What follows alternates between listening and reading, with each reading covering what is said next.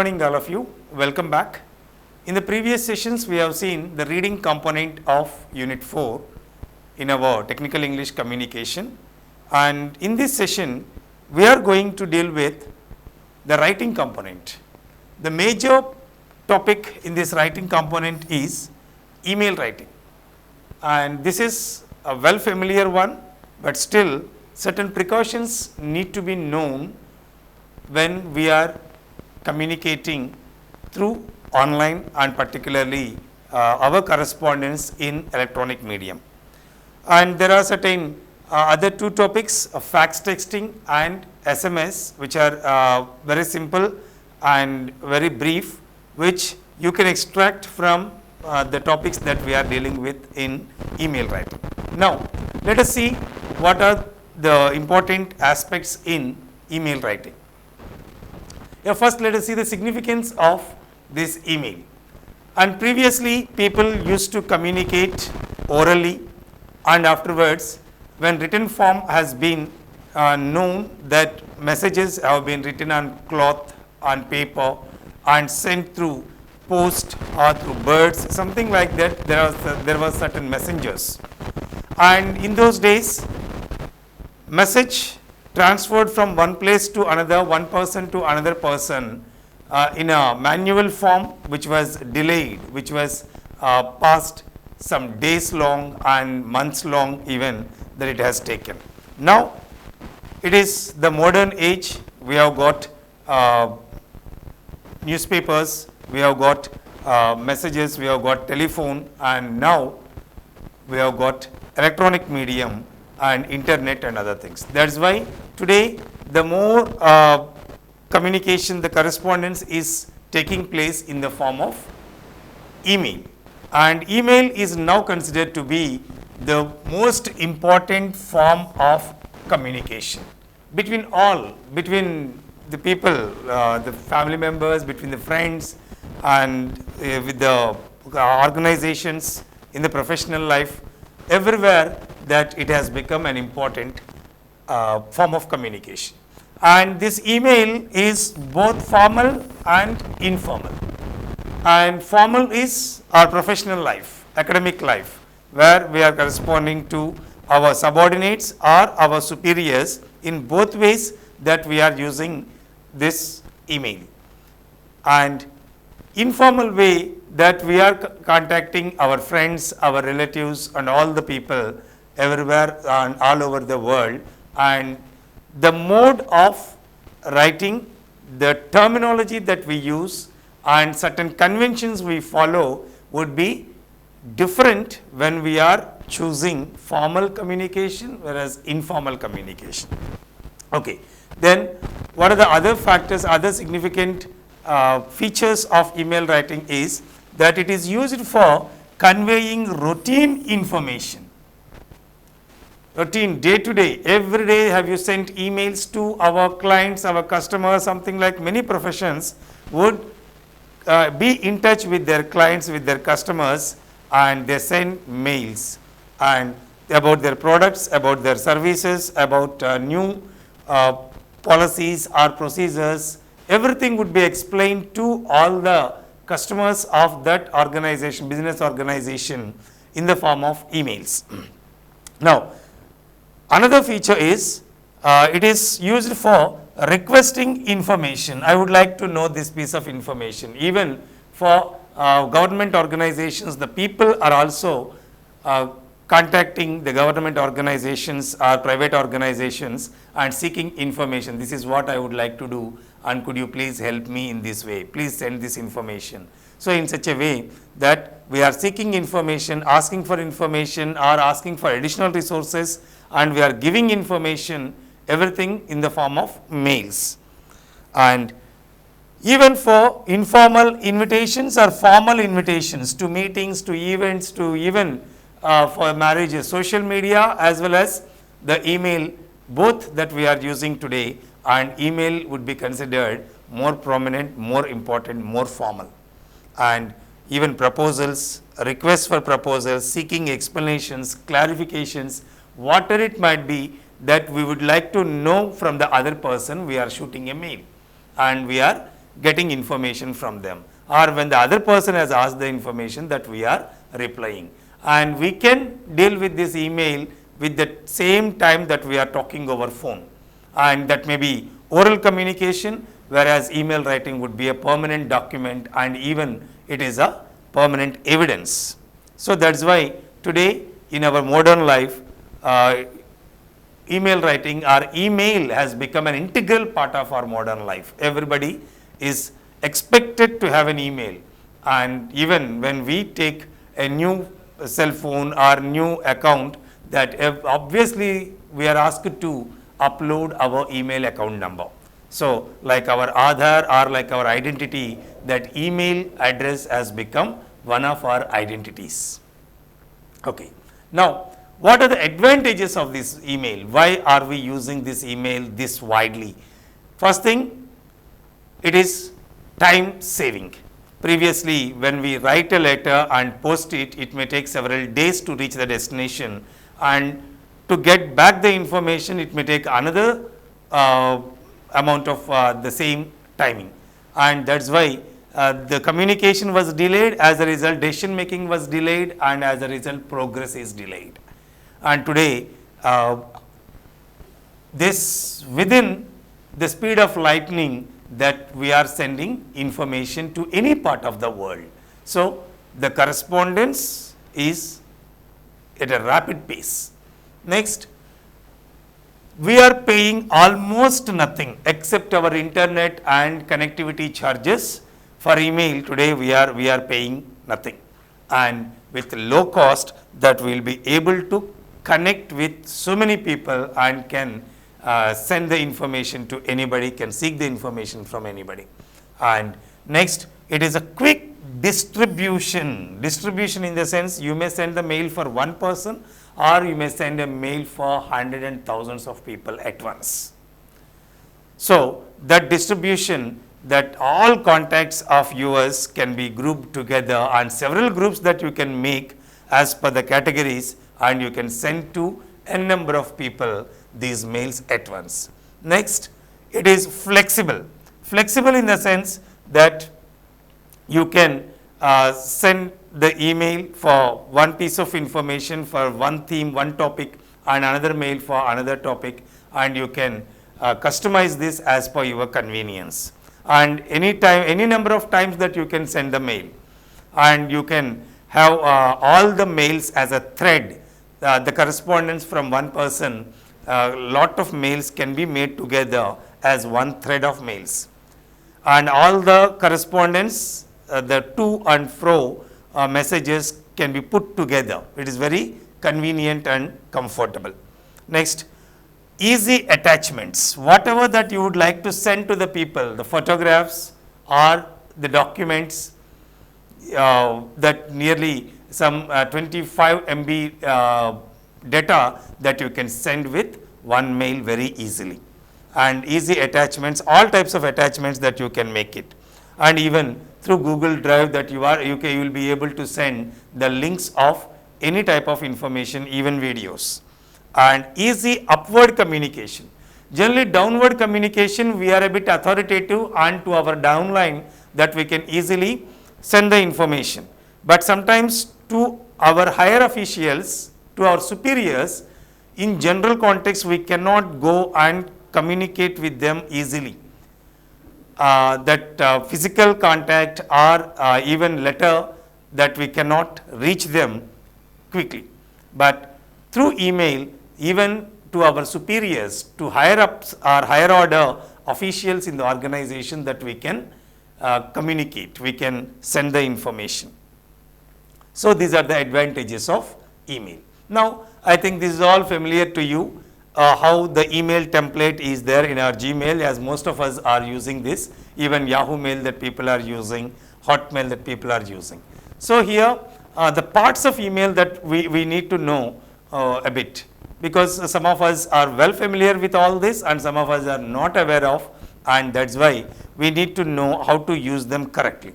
And the first one, whenever you are previously, there were the templates were slightly different, and from time to time these service providers, mail service providers, are updating and providing us more features and they are reducing the complexity of mail drafting and mail sending. So, now this is the latest version that we are using in Gmails. So, what are these parts that we need to know in this mail? Okay, first one, when you start taking a new message, here we have the to address. To address in the sense here we need to type the mail ID of our the person whom we are intended to send the message. And this mail ID, if we are sending it for the first time, you need to type, and second time, third time, automatically that it memorizes and it will display the mail with the help of first few letters when you type. And here sometimes you are intended, suppose if there is any event, conference, any meeting that when you are conducting, you need to send this message to many people. And some of us will group all those addresses together as one category. Suppose faculty or staff or counselors or students, something like that in our university, deans, HODs, in certain way they will have a group. Once when the group name is typed and that is applied to all the emails, there may be 10 or there may be 100 or there may be 1000, to all those groups, the mail IDs that the information would be sent. Here you can send this information. But here one thing we need to know, if you are sending some information to 100 members by grouping them together, and suppose you send me the message and I received it, and when I click on the address bar, I can see the addresses of the remaining 99 members, the mail IDs of the remaining 99 members, and such a display of addresses is possible and is done if you type all the addresses with one column. And you can avoid this. You can make these addresses not known to others. So, in such a case, we need to use here the feature CC and BCC. And when you click on that CC and BCC, they appear here. CC as one column and BCC as another column. What is CC? And generally the term CC is carbon copy, and somebody would say it is a courtesy copy even. So, you are sending this mail to A, and that B should not should be sent, that is you are informing B that you have sent a mail to A. So, in such a way, courtesy wise, that we send the carbon copy to the people as a matter of information, passing on the information. And BCC is a blind carbon copy, and if you type the address of C, D, E somebody, nobody knows to how many members that you have sent this mail. And blind carbon copy is used to when you are not ready to disclose the persons who have received this mail, and confidentially that you can send the mail without mentioning to whom that you are sending this mail. So, blind carbon copy would be for that purpose. And next important one is the subject line, and it is almost like a heading, and this is very important. This is displayed to everybody in the inbox when we are searching the mails. This address line would help us to track, to identify the required piece of mail while we are reviewing or while we are searching for any of the previous mails. That is why we should be a bit careful in sending or when composing this subject line. And the subject line you need to mention as the purpose of the letter, the purpose of this mail. So, requesting, inviting, or a meeting, conference at so and so place, a wedding invitation, something like that. The purpose of this mail to be mentioned in a few lines, striking. The purpose need to be known to the people immediately when they see the subject line. That is why please be careful. It is whether it is a request, whether it is a complaint, whether it is an appreciation or an apology or a product information, anything that you can make very simply. And then the address here you need to write the salutation like dear sir, madam, or dear customers, like that. The salutation has to be written in the address line, that is in the salutation, and afterwards we compose the mail. And this is what we say the body of the letter. We say greetings, and after that we compose the body of the letter. And at the end, after composing the body of the letter, we will discuss this body of the letter in detail now. And after that, we can mention thank you or regards, something like that. We'll write the closing note, and the address template, that is the sender's name, sender's address can be made as a template and can be saved permanently. Or some people may also compose by using this pen.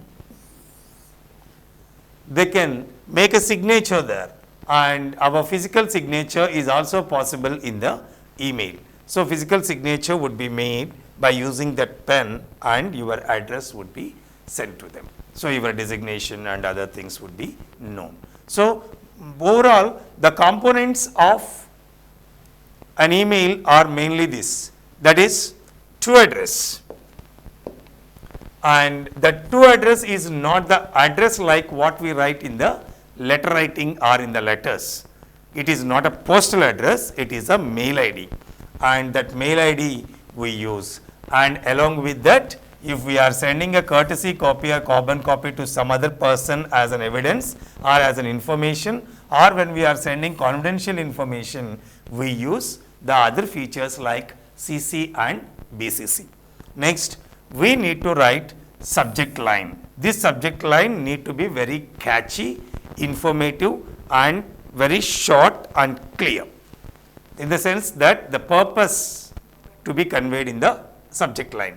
Next, the salutation to be written, and this salutation is addressing the person, dear or hi, something like, whether it's a formal, you say hi, hello, and if it is informal, you use hi. If it is formal, you say dear sir, dear madam, something like that. And then the body of the letter, which is something we discuss elaborately now, because at the higher education level, higher level, and when you are entering the profession, there's a professional life, and more focus should be given on the message that you are conveying, and that message how to compose we will see now. And then the closing, thank you, or waiting for your reply, see you soon, regards, certain terms that we are using, and that is a closing term. And after that, people use a signature or the signature related details which are feeded into our mail. And then we add certain attachments as per the requirement. If you are sending some more information as an attachment, the attachments, but please do remember, please don't add too many attachments for a mail. So, depending upon the need or necessity, you add one or two, but too many attachments would make the people feel irritated, and sometimes the people may not spend time on all those attachments. When they see more attachments, they postpone opening all of them and they move on to another mail. As a result, the important information what you are intended to send them may be neglected. That is why better don't add too many attachments for one mail. Okay. And when all these components are filled, a mail would be like this. And this is something, a model, an example. There is a YouTube subscribers is a group, and to this group that this mail is sent. Those YouTube subscribers may be 10 members or maybe 10,000 members. So, that is why to all the members one mail would be issued. And next, posting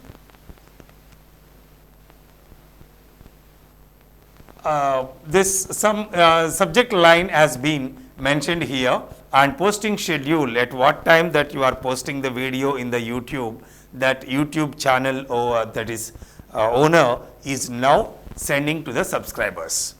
And here this is subscription. So, to address subject line and this is salutation and greeting. After that, I hope your week is going well, ready for a new lesson. It's on its way. And the message here conveyed, this is all the body of the letter. And then best wishes to you all is leave taking note, closing line, and Jennifer is the person who has sent this mail. That's the address, signature and address of the person. Now, let us focus on the content, the message. What precautions should we take in the email? Even though we can quickly send, even though you can send long messages, but always do remember in this modern age that people can't spend much time on one email to read long mails. That's why we need to be careful in composing the mail, and then only we can save our time, we can save the time of the other person. We do not irritate the other person, we will be successfully able to communicate our information to them.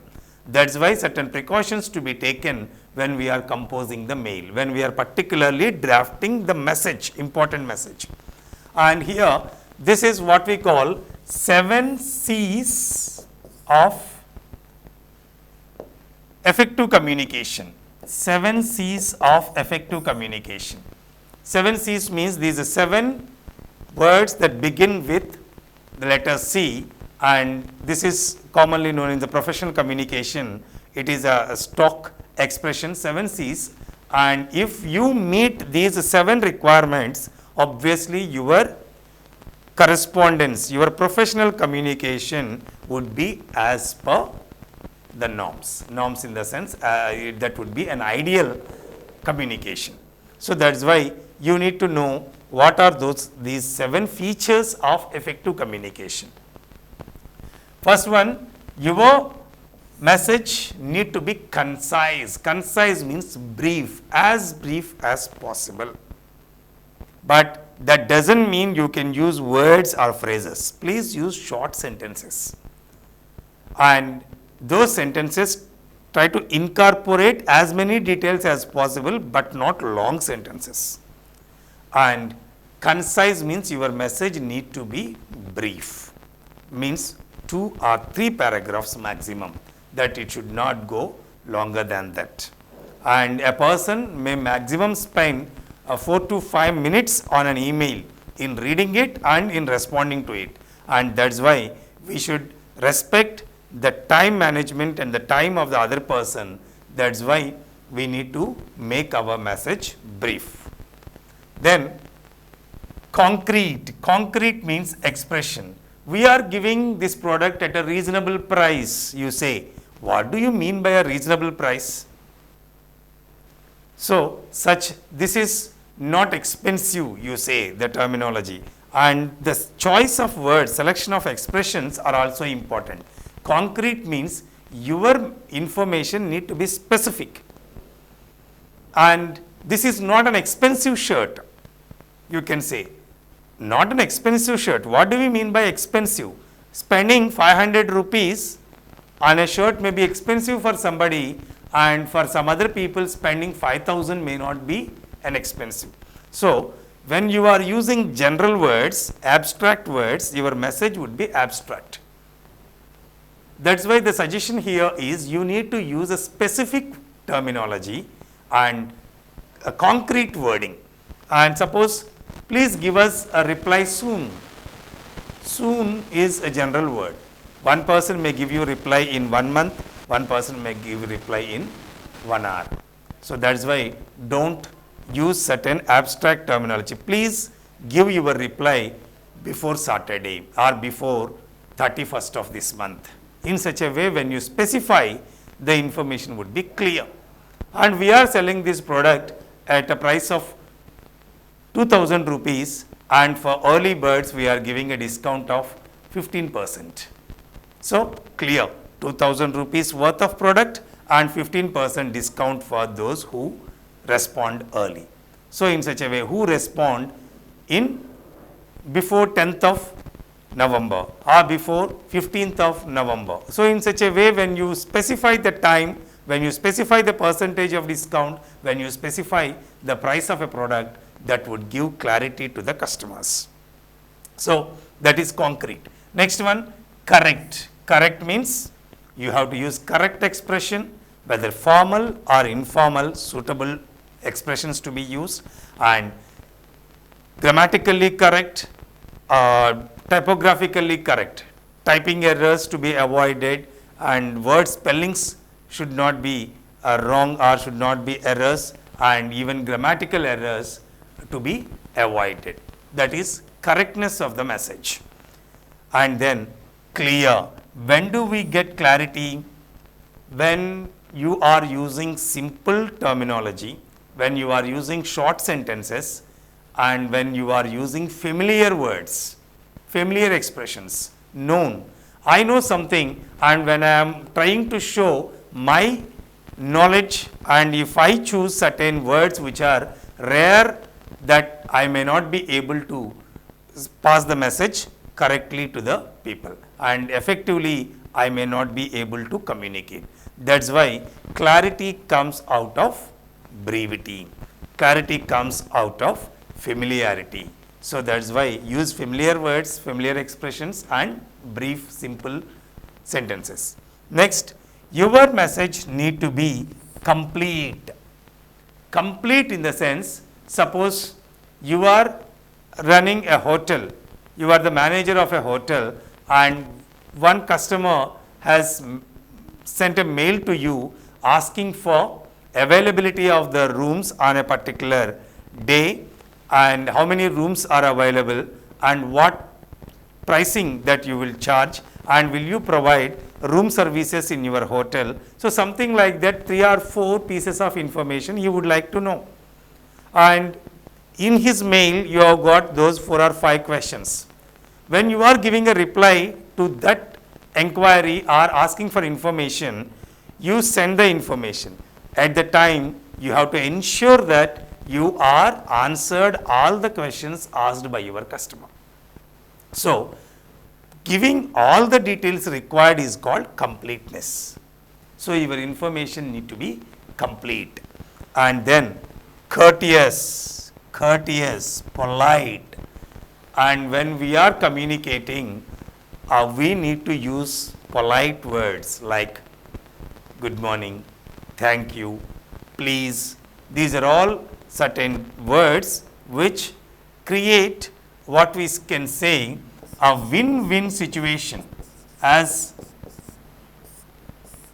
a customer and business team, there is a business organization, both will have the same type of feeling that I have decently talked to them and they have responded decently to me.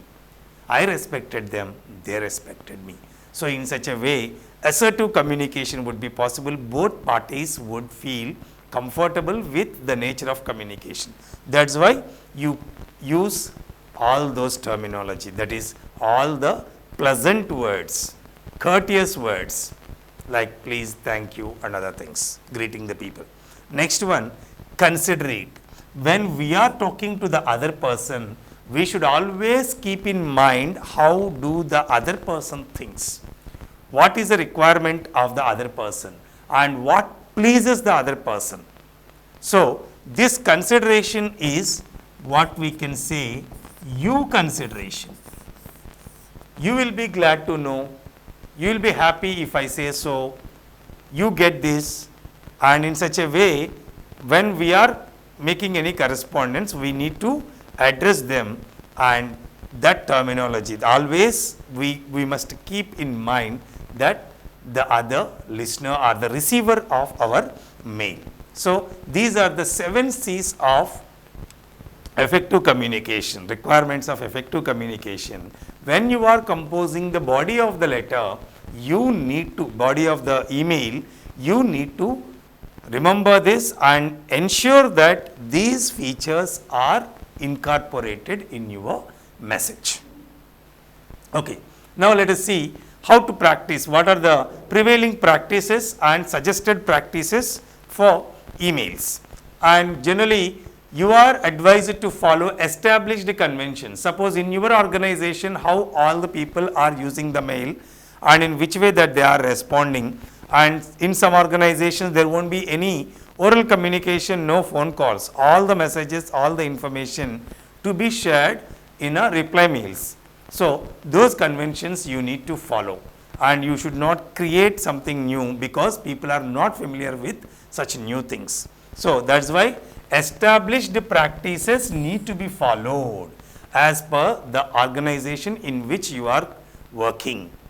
Then check mailbox daily. You should not say that I did not see the mail, I am not aware of it, there are several mails which are waiting in my inbox. This is all that shows that you are a very lazy or a negligent personality. So, as information, when you are not paying attention to the information, obviously you get disconnected to, or you will miss certain opportunities. That is why later you should not blame the others, those who have sent the mail. That mail has become an integral part of professional life. That is why we have to observe our mails, we have to check our mailbox from time to time, or at least once a day, that every day that you need to respond. You need to check and you need to reply the mails which you need to attend for.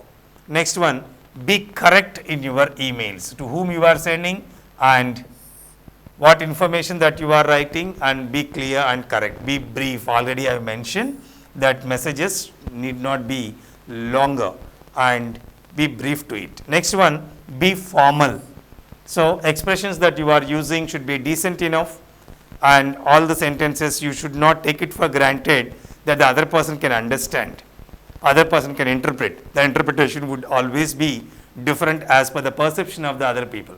That is why when you are writing, when you are expecting the other person to understand it correctly, you have to frame your sentences correctly and you have to write it fully.